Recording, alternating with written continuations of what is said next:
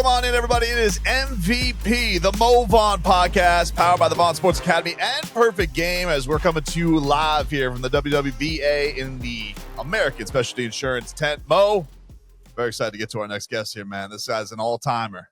This guy's a Hall of Famer, and I can't wait to hear his perspective because he's the type of guy that I had to face every night trying to win the game. He's shutting me down.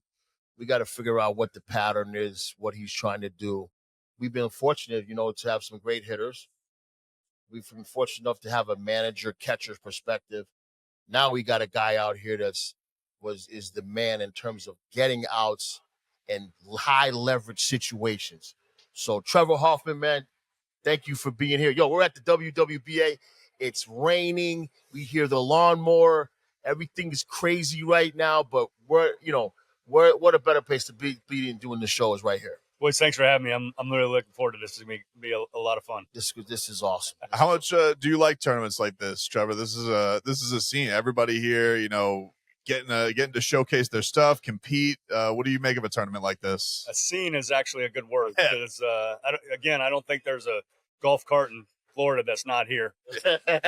He's mode right. of transportation here. He's right. But yeah, it's to be able to see the matchups that you hear about. A kid from the Northwest maybe coming down and getting a chance to face a kid from the Southeast. So those things don't happen regularly. So getting an opportunity to and they're competing for their teams too, which is right. It's not a conglomeration of kids from the All-American Classic game, say in San Diego. It's a little different. So they're getting to compete with their guys. I had a great time with him. I didn't get to go to his house because I had my family there, but he was great. We had the All-American Classic over there in San Diego. Let me tell you something. Everybody talks about San Diego or the weather. It's just San Diego who has the great weather. I was in Anaheim. I didn't feel it. I came down there to see him. I was like, yo, this is beautiful. So I will always have, be thankful for what he did. I'll be back next year. Good. We'll have it again. I enjoyed myself. Trevor, talk to me. How's inventory, family, kids? How's everybody doing? Everybody's good, man. We got a new addition to the family about 3 weeks ago, our first grandbaby. So, congratulations. Being a grandparent is a little strange to say, but it's fantastic. Nice. Seeing your kids have kids, it puts things in a little different perspective. And right. Our first one, we're kind of off the charts with being too aggressive coming over to the house without the total invite, but they're doing great. And so we're excited to see this little one grow. That's awesome. You listen, I'm going to let you know I did some notes, man. I always do some notes on you guys because I want to know. Your dad, man, he was a World War II veteran, right? Yes, sir. Battle of Iwo Jima. How did that go for you? Was anything that you took from that to make you, what you are today? It's really hard to put in perspective what my dad went through and relate it to anything relatable to myself. Didn't talk to much about it with him. Right. It was something that they kind of all shoved down deep. The only thing he ever says, I just dug a little deeper and was able to survive. Right. There's nothing pretty about war. And, for me coming along, he had me at 55 years of age. So he was over the, all the parenting stuff, we'll say by that time. And, but no, some of the examples of just hard work, you met my two older brothers at the front door and they were 4 and 5 at the time. And my oldest brother looked up and said, "Hey, Mommy, who is that?" Right, and right. It hurt him. He goes, "Done." He quit the show business, driving back and forth up to Hollywood and applied to the post office down the street and went to work there for another 30 years. So he was an usher at the Angels game. He like was. singing and taking me out to the ballpark, right? So you've been at this a while, is this whole baseball thing? Been a long time, been a big part of our family. As you mentioned, the singing usher in Anaheim. He and Gene Autry actually were in some shows together in Hollywood, and so there was a little bit of a connection there. But what the traffic can get like on I-5 trying to get to a ball game at 6 o'clock. Some people get stuck, and they got stuck, and so he was the original closer in the family. He'd come in and sing the anthem when he needed to. Right. Well, obviously not war; it's baseball. But I've never got the perspective on that. What is that like when you're away from your family on the road for 80 games in the summer? Oh. Hey, it's hard when the kids get a little bit older and they kind of go, "Hey, why are you leaving?" They don't really understand why. They might see on TV or whatever, but that's kind of the tug at the heartstrings is when the family, they're done with school and they want to hang out with you. And, You leave for 2 weeks. And so you develop a rhythm with it. You understand it's part of your job. You're providing for your family. Fortunately, you get to go on the road with 30 of your other best friends, and it's a lot of fun to go and compete. I saw recently you did the Hells Bells made a return with the Savannah Bananas. That had to be unbelievably cool. When the fans going crazy like that when your music hit, that had to be unbelievable. It was actually pretty cool. I think the coolest part about it was just thinking all the parents and uncles and grandparents that were in the stands that have been telling these little whippersnappers about this Hells Bells thing. Right. And now a few of them got to experience it first time live. I think that was the coolest thing thinking back on it. But it was fun. It's a lot of stimulation, man. You don't go there and come out of it not exhausted because it's part concert, part baseball, part show business. It's a big deal. Well, it's such an interesting thing because like the closer intro, like you're so synonymous with it. Like, did you feel like a level of rush, or was it like, did it become routine? Like the whole thing of how fired up the fans got when they heard your music? So I was pretty calm leading up to it, and I ran into Heath Bell, who was in the game the day before. He goes, "No, buddy, they're going to try and kick your ass. Like, they're not choreographing you to get an out. They're coming in and they're going to want to get some knocks." So I'm like, that's about the time that I kind of came out. I go, you know what? It is what it is. I can't get it up. I barely get to the plate as it is anyway. Right. But it was fun to come out to it again. Yeah, but I mean in your playing career, like when like people are almost psyched for it, and I'm just kind of curious from your standpoint, like when you heard the music, is there a flip? Or was it just kind of like, hey, this is the routine of it because the fans loved it so much? I'm curious how you went through it as a player. It didn't get old. It was something that, you might be dragging a little bit by the time you got to that game time, and by the time that first bell went off, and that just the eruption from the stadium for a good reason. That I always relied on that charge. It was a lot of fun.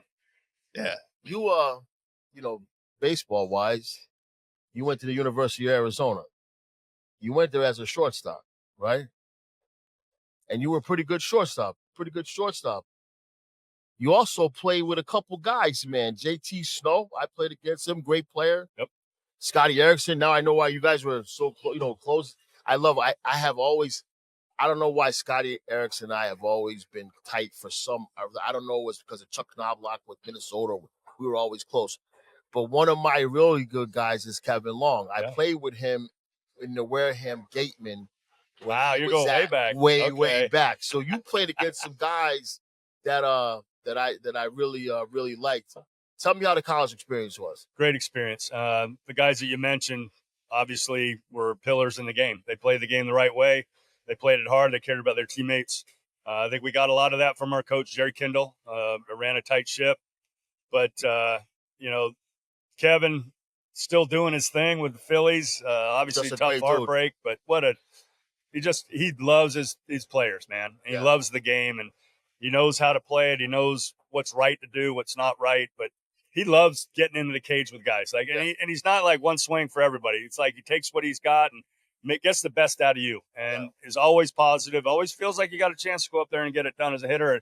And this is a guy that didn't get out of AAA. He didn't play in the big leagues, and so to have that much respect from guys like yourself says a lot about someone like Kevin. But our days in college were awesome. So tell me how you decided to go from the shortstop position to getting on the mound, and what that focus was, because you had to change some things. I wish I could have said it was my decision, but I guess in a way it was. I sucked as a hitter, so that expedited the process to going to the mound. But man, I was at the point where there's so much failure in the game, and I was having a hard time going 0 for 4, booting a ball, and coming back the next day and having a positive attitude and figuring out a way to get after the next guy. I go, if I had a good arm, they said, hey, let's take a look at it before you get released. I'm like, I'm in, let's give it a shot. Right. When I finally had that opportunity to say, this is going to happen, it was put the bat away. I didn't have any repercussions as far as like still trying to go at it. It was like, okay, let's go in this full force and let's make a good effort. And I think I was lucky that I didn't have a lot of baggage as far as mechanics thinking about it. It was like, just get up over the rubber, find a balance point, and let's put a good toss on it. And you were throwing 95 miles an hour. It had some heat across the diamond. Yeah, it was firm. It was firm when I first started. And, if you're able to make a play in the hole at shortstop and hit you on the line. Right. Now I'm at 60 feet. Yeah. It's pretty close, and it's a controlled environment. It came pretty fast. It did. So when you went out to the mound with your first, 4 or 5 years, you're throwing 95. Are you in the closer's role right away? How did you get there? So, no. Minor leagues, I did have a chance to be at the back end, but I went to Florida and pitched behind Brian Harvey in the earlier innings. Yep. Solid guy, just country cat. And I came from. They called him a truck driver, right? I think he did have. Yeah, they called him a truck driver, right? Yeah. Okay. He could have been driving a truck too. I don't know, but I came from Cincinnati, where I got to see wild hair on fire Rob Dibble and Norm Charlton and Randy Myers. Like, it was a complete opposite seeing Brian do his thing, and so I'm kind of going. It doesn't take one type of player to be successful at the back end of a ball game. Right. Here's the perfect example, and so getting a chance to learn from all these guys on what it meant to be at the back end. You have to have some nerves of steel, but you have to have some type of out pitch, and not just trying to get away with just a heater. It worked for a little bit, but I knew I needed to develop kind of that equalizer pitch, and that's what ended up being with the changeup. What's it like going to an expansion franchise? That was different. I think you got a bunch of misfits that come from different organizations, right? And you're trying to collectively come together really fast, and it being a brand new team with new uniforms, I mean, it was kind of wild. I think people knew our coaching staff way more than they knew any of the players. I mean, both Latchmans were manager, pitching coach, Doug Rader, bench coach, Cookie Rojas at third, Veda Pinson at first. Pretty amazing coaching staff that we had in Florida. But that was not there long, 2 months. And right when it started to get hot here, I got shipped off to San Diego. Did you learn anything from Charlie Huff? Like, as you're a kid and you have a 45-year-old opening the franchise, like, is he nice to anybody at that age? He was great. Yeah, I knew that I wasn't going to be able to smoke a heater and ride a bike like he would do. You guys go run your poles. I'm going to stay on my stationary bike and smoke a smag. But he was great. And what I will say, one of my favorite stories about Charlie, and it kind of related to me at the Banana game, was he threw a knuckleball that kind of faded down the way to Cliff Floyd, and Cliff put the barrel on it and smoked it back up the middle. Like, that was kind of the first mistake. You don't let him get extended, and he's lucky. And he came in, he goes, Trev, I thought I had that ball. I thought I almost got it. And so we went and looked at the video, and his glove goes up to catch it as it's bouncing in front of our center fielder. And he goes, I think it's about time for me to leave. So Charlie was great. He didn't take anything too serious. Obviously seen a lot in the game. He was a converted guy. He was a third baseman in the Dodger system. So I was able to relate a little bit with him. Hoffy, did the mastery of the changeup come off the 95 mile an hour fastball? Did you have some type of arm injury that you really had to go? Because that's when the pitching really came in, right? Yeah. All right. I would have liked to have the gas and develop the changeup. It just coincidentally messing around on the beach where I'm at, playing volleyball, screwed up my shoulder and didn't take any anchors to put it down, but it messed up my labrum. It affected the velocity. I didn't come back throwing mid-90s anymore. But I developed the changeup out of necessity. And like I said, it would have been nice to have both. I think it's that dimension that as a hitter, you can see spin, kind of comes out of the hand with a breaking ball. You can possibly see the fastball type of thing, but this changeup is this area that you see arm speed and then it's not there. It's a devastating all the time. pitch. I wanted to kill him. The pitching is all about arm action. Yep. Everything coming out of the arm and it looks the same, but and he throw that changeup, and I'm like, trying to stop it. I didn't want you to get on time, then I get hurt. Jesus Christ. Let's talk about a little bit about some stats with this Hall of Fame guy we got sitting here. 18-year Major League career, 2.87 ERA, 1,132 strikeouts, 601 saves. 601 saves. 7-time All-Star, 2-time National League Rollies Relief Man of the Year, 2 times National League Save Leader. He got his number retired by the Padres, number 51. Brewers Hall of Fame, 2018 induction into the Hall of Fame. What a great career. Now, appreciate that. Now, let's talk about what we're trying to do to Mo Vaughn in Qualcomm Stadium. I'm down by a run. I got a man on second base trying to win the game. what's the scouting report? What are you doing to try to get? It's 2 outs. We're trying to get out. You're trying to get out of this. What is your mindset? How are you pitching? What pitch selection? What are you trying to keep me away from? And then I'm, thinking about what I'm trying to do. Honestly, it's for me, I'm going to go to the best pitch in baseball, and that's strike one. Right. If I can get ahead with whatever it is, and for me, it's going to be, I'm going to try and utilize the big part of the ballpark the other way and make you really hit something that's away from you in my area. If I'm going to miss, I'm going to miss off the plate, and then we're going to get into the at bat. Right. Nothing can happen until it's either 0-1 or 1-0. Right. And I'm gonna try and assess. Are you giving me a tell? Are you giving me something you're wanting to do? Did you move up from where you were at for the next pitch? Did you move up in the box from the next pitch? Did you spit on it like you knew it was coming? Right. You giving me a tell that I can? Right.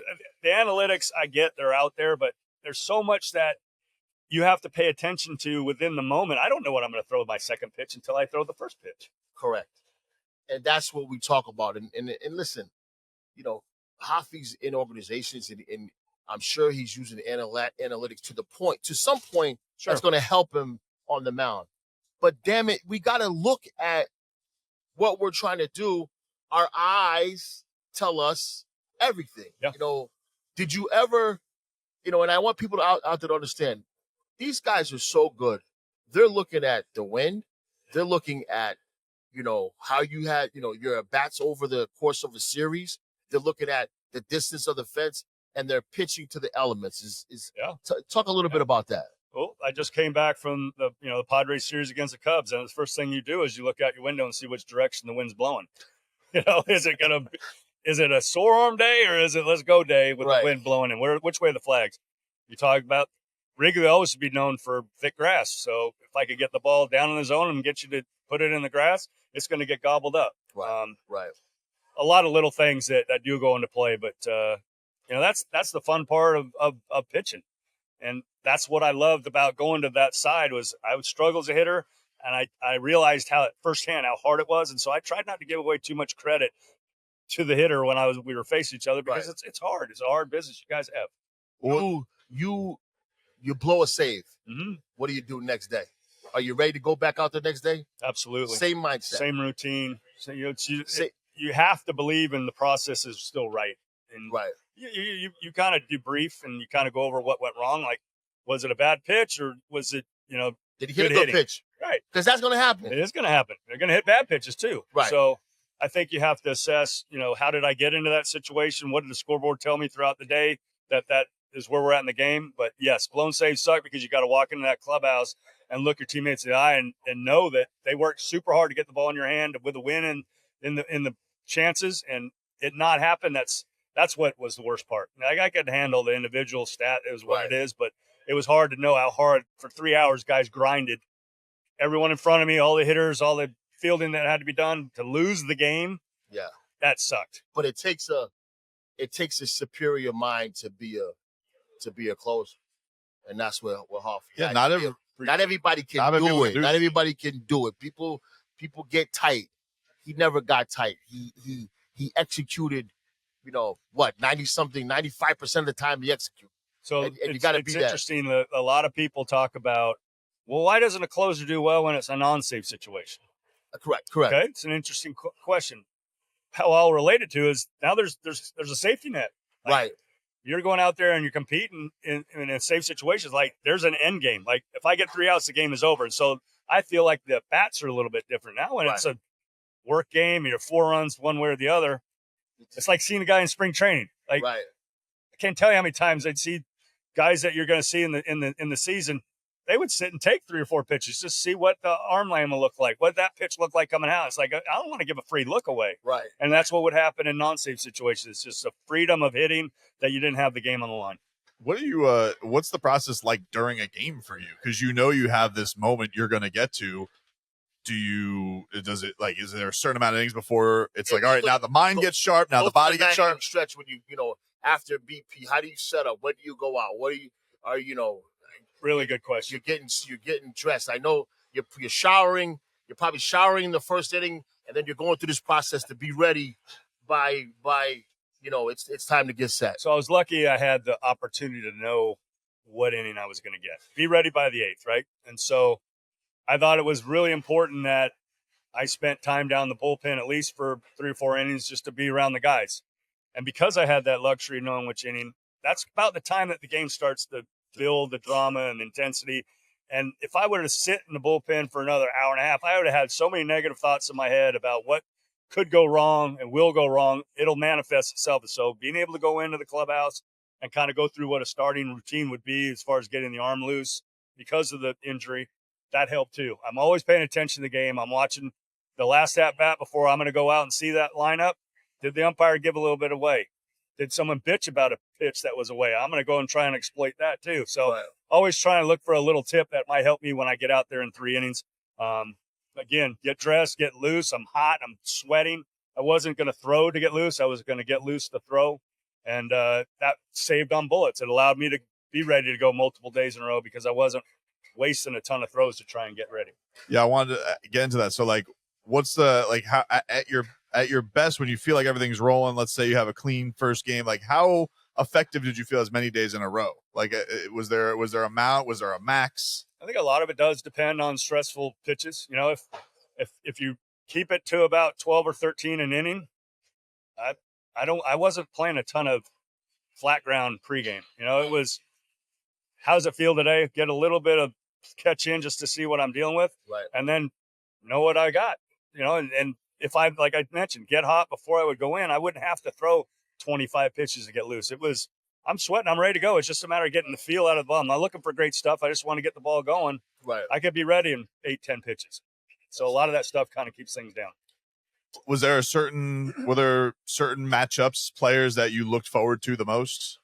Well, I mean, obviously Mo's one of them, but like, especially in his park in New York, it was a different animal. And so, yeah, you relish it, but you be careful what you wish for, right?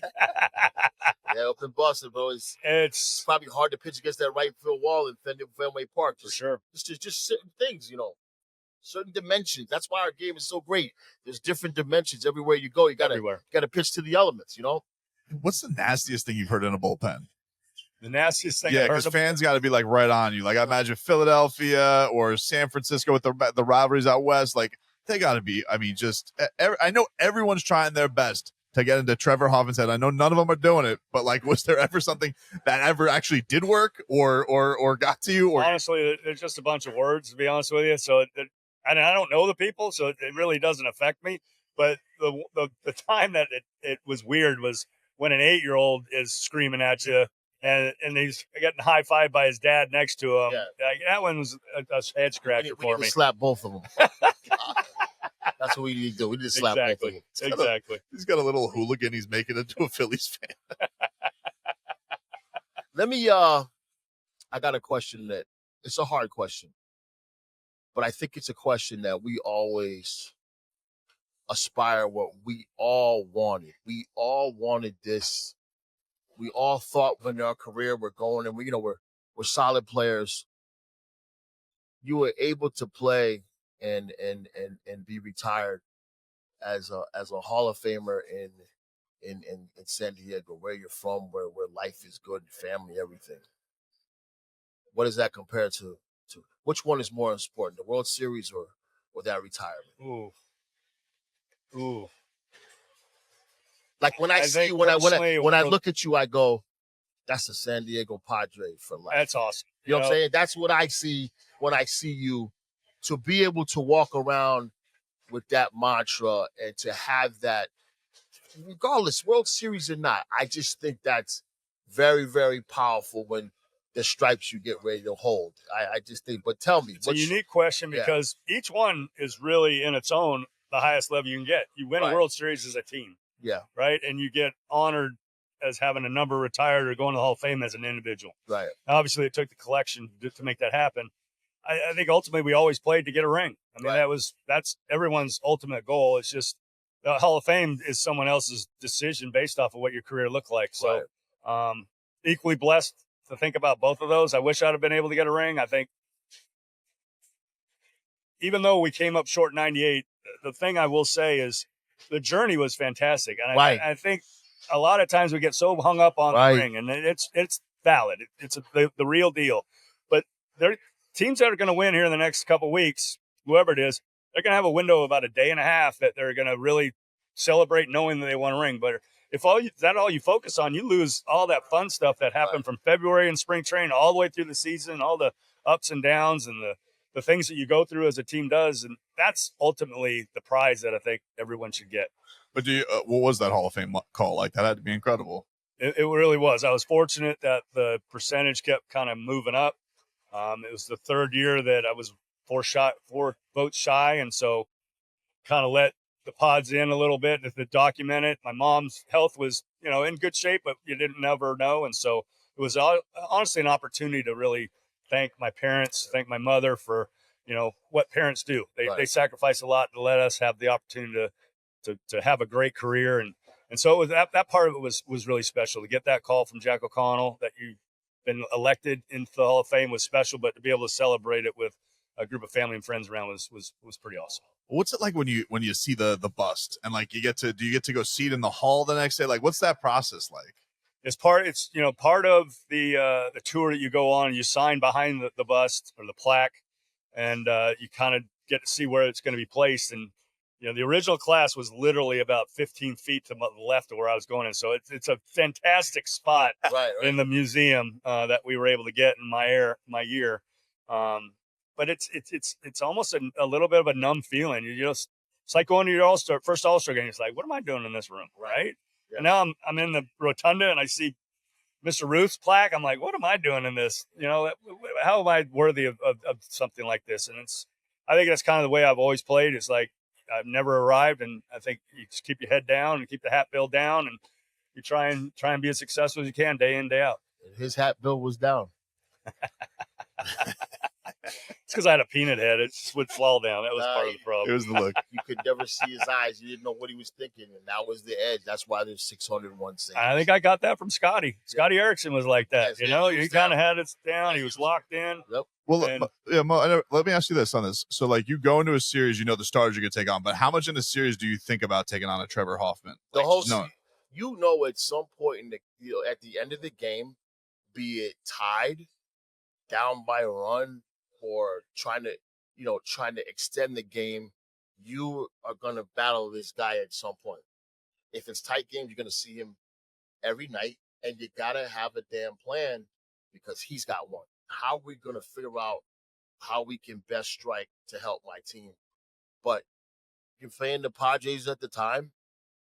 You gotta figure out how you're going to beat Trevor Hoffman. It's in the back of your mind as soon as you enter the city or as soon as they come in. I'm thinking, who's the lefties in the bullpen, and who's the closer that I gotta match up against to try to help my squad. So he was the guy for all my years. Very similar on my end. You're going through the lineup, going, who's hot? For one, like the last 10 games. I mean, do I really want to stay away from Mo all the time? Yes, but is he just coming off of a raking series? I'm gonna. There's probably nothing you can throw in those situations. Like if the timing's right, the bat feels light, you're barreling everything. Like those are the guys you want to stay away from when they're going. So we're doing our homework a little bit as best we can too. Listen to Mo Vaughn podcast, which is powered by Vaughn Sports Academy and Perfect Game. We're live from the American Specialty Insurance tent here at the WWBA in Jupiter. Tony Gwynn, you guys are, right on the Mount Rushmore of this franchise. But what was it? I mean, do you pick up anything from somebody who has that kind of greatness, even if you're not a hitter? Like, what do you pick up from the way he went about his business? So you had Chef on, whenever you're going to air it, but I had a chance to listen to him, and I heard Tony's name talk a few times. How can you not learn something, regardless if you're a pitcher or a hitter, from a guy that was so great like Tony? Like, granted, he was able to do things that maybe other people couldn't, and you kind of tip your cap. But the one thing that I felt like Tony doesn't get enough credit for is just the ability to break down video on the other opponent when at time and age in the game that people weren't doing it. Like, he was doing it on his own, cutting, splicing V8 tapes, and that's crazy. Alicia was helping him, send him with the pitching that he's going to face on that road trip. And it was almost like he had now you know why the greatness is. See, this is the inside information. He's like a hitter. I want to hear this. Go ahead. And it's true. He just, Chef talked about he knew his swing better than Chef knew his swing. Well, he knew the pitcher that was going to face better than the pitcher knew what he was good at, and he could back him into certain corners. Right. The other thing I thought was interesting about Tony is listening to some of the infielders. He had the ability to kind of keep his hands or keep the barrel back, and he would be able to release it in certain points based off of where the pitch was at to hold the infields tight. So it's like pitches away, but he still might get out there and hook it if you start moving and shading them up the other way. And so his ability to barrel balls and barrel them in certain positions on the strike zone, that was another one that kind of blew me away. But such a perfectionist, such a willingness to work, and loved his craft. But the thing I got is if the guy's on time, it's going to be really hard to out trick him. And Tony was always on time. It was a cool thing when you got to the point in both of your careers, like you guys are representatives like of the franchise, like that status of like, hey, we think Padres, we think this, and what's that like just being in a city as far as like you're the guys who represent us, like those are the guys that we look at. Padres. What a blessing. He's obviously gone too soon, man. He's been gone 10 years, and he's Mr. Padre for a reason. And I think, and he said it to his family, just don't let him forget about me. But that's the way Tony was. No one's ever going to forget about him, but to verbalize that was awesome. And, he's the same guy that goes, I don't know if I'm going to get in the Hall of Fame. And, 8 batting titles and 3,000 hits to his resume. It's like, Tony, it's his foregone conclusion. Your first balloter, right? But he never took anything for granted, right? Very humble guy. And, but to be able to be associated with Mr. Padre in San Diego, man, it's pretty cool. Feather in your cap. So Trevor, we're here at the WWBA. All these young kids, man, it's very impressive to see how like they're excited they are to get their opportunities to showcase their stuff. What do you see in today's player? Like, what are the from a standpoint of the way they get ready and the strengths they have? What are the things that stand out about it? I think they're fearless, man. There's something about today's player that they're kind of unfazed. They're unfazed by the social media component because they're pushing their brands and they're not really worried about what people are saying. They're unfazed by the amount of scouts and colleges and professional ranks that are here. I mean, I know the Padres have at least 15 people here, so it's not like we're understaffed here. Right. Every organization's that way. Every college is that way. And guys are still going out and balling, man. They want to have the opportunity to go play. And now to compete against the best from, again, a region that they won't normally get to, this is by far the best tournament we put on. And, man, it's fun to see the best in the game right now go at it. What is like Mo? You have all these eyeballs on it. Like, do you have to tell your team to like, hey, like, is it about the competition of it, or is it like the showcase? Like, how do you get their mind right for that and something like this where it can? I walk in here and I'm like, man, this could seem overwhelming. We're here to play hardball. Yeah, and there's a way you got to play and approach it, and don't worry about the scouts because if you're not focused, they're gonna see that. So good point. It's kind of like you start. My son's 13. I'm preparing him for this with the way how we prepare and doing the little things, hustling, wear your uniform a certain way. They got the dirty mids, they got the short pants, they got so much style in it. It was Trevor and I are like, I know he's like, I'm around to it now. When I first got to perfect game, I was like, what am I seeing? But it's still the game. We're lucky enough to have that major league mentality that could help them really understand that all this stuff doesn't matter. Is you put in the time and you put in the focus. So for us, it's a lot of fun. For me, I love coming here. Seeing these guys. I see a lot of kids that we played against, that played for us and that we played against. They're, hey, Mo, Coach Mo. That's what it's all about. Is seeing these guys come aboard. So I'm enjoying it. The thing that is intriguing too is the game's going to humble you. And so absolutely, they're going to find out like all the flash and whatnot can be part of their style or whatever, but you still got to go play the game. And if you play the game right, the game will reward you. But if you kind of are getting too big for your britches, the game's going to find you, and it's going to. Then what are you going to do? How are you going to handle yourself? It'll level you right away. What's it like?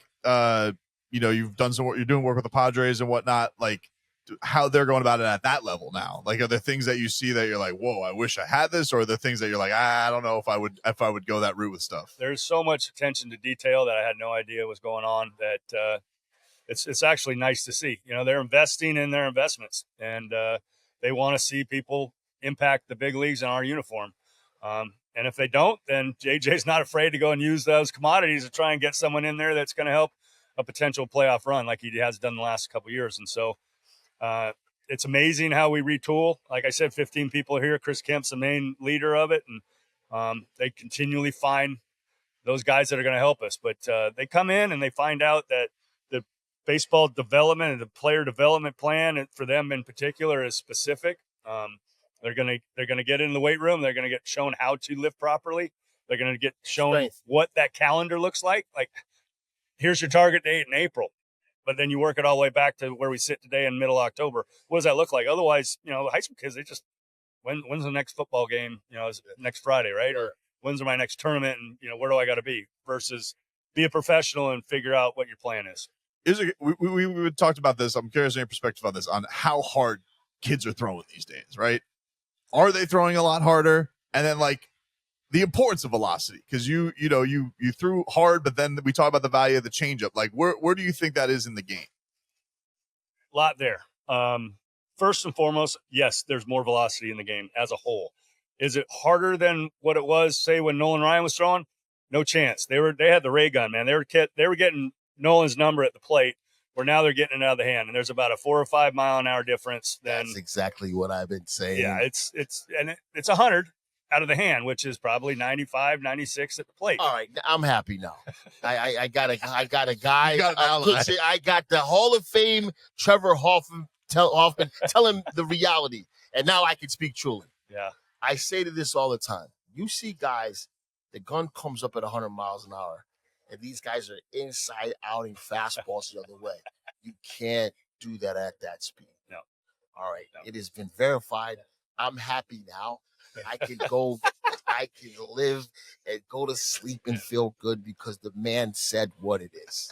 If you go back and look at the tape on Mason Miller striking out one of the Cubbies, it was 104.5 on the black. That's 100 miles an hour. That was firm. That you could tell the way it was taken that was serious velocity. You see 100 miles an hour turn around, get inside of a baseball. It's impossible. It's impossible. So getting back to your question, yes, there's more velocity in the game. And you know what? Why not chase it? Like, it's just hard when you're at a young age and you're so much further advanced in your nutrition and your strength conditioning. Like, that's when you got to monitor innings. You got to be careful of your asset, and that's taking care of your arm. So I don't think it's a bad thing. I think you still need to learn how to pitch. You can't be one-dimensional. You got to develop a changeup to go along with that velocity. But we're going to forever chase it and try and make up rules to, push the mound back or, take a starter out and bring them back, like a re-entry rule. I mean, some of those things are bozo kind of thoughts, but, velocity is here to stay. It's not going away. It's just take ownership of your path and your body and your arm. Your future is based off of how you take care of yourself. It's not, you don't want to go and see the doctor and put a zipper on your elbow. That's not what you want to have happen. Yeah, I was going to be my follow-up is if you, we got players listening, any simple things just to take care of the arm, condition the arm, something that you would find beneficial even at this age? Certainly need to take care of what I used to call the Job exercises. It's the I's, Y's, and T's with 5-pound weights. And just, you have to strengthen little muscles around your joints. Okay. Obviously the ligament is something that you can't really strengthen. It's elasticity. And when it goes, right? But there are things that you can do that you don't become a dragster. You don't go from 0 to 100 miles an hour in reality, right? As your body, you have to warm it up. We were talking about my routine a little bit. Like, I was warmed up. I had my core temp up. My muscles were hot. I was hydrated. I drank a ton of water. I didn't get into the, energy drinks to try and get up. There's enough energy in the game to be excitable about it. But hydration, are your muscles, hydrated and have plenty of water, and you're flexible and you're stretching. Then you go out and you start to throw, and then your body's ready to handle the workload that you're giving it. Now, obviously, it's not a guarantee. It's not the miracle science, but at least you're giving yourself a chance to be healthier. Man, Trevor Hoffman, this was a thrill, man. This was a lot of fun. We appreciate you stopping by the program. Brother, thanks for coming on here. Thank you. Giving that perspective. And like I said, you're a Padre for life. And when I see you, that's what I think about. Great for coming on. Appreciate Thank you very much, guys. Appreciate you. Appreciate Trevor Hoffman for stopping by the Vaughn podcast, powered by the Vaughn Sports Academy and Perfect Game. And appreciate this having us out here at the American Specialty Insurance tent here at the WWBA in Jupiter. We'll talk to you guys next time.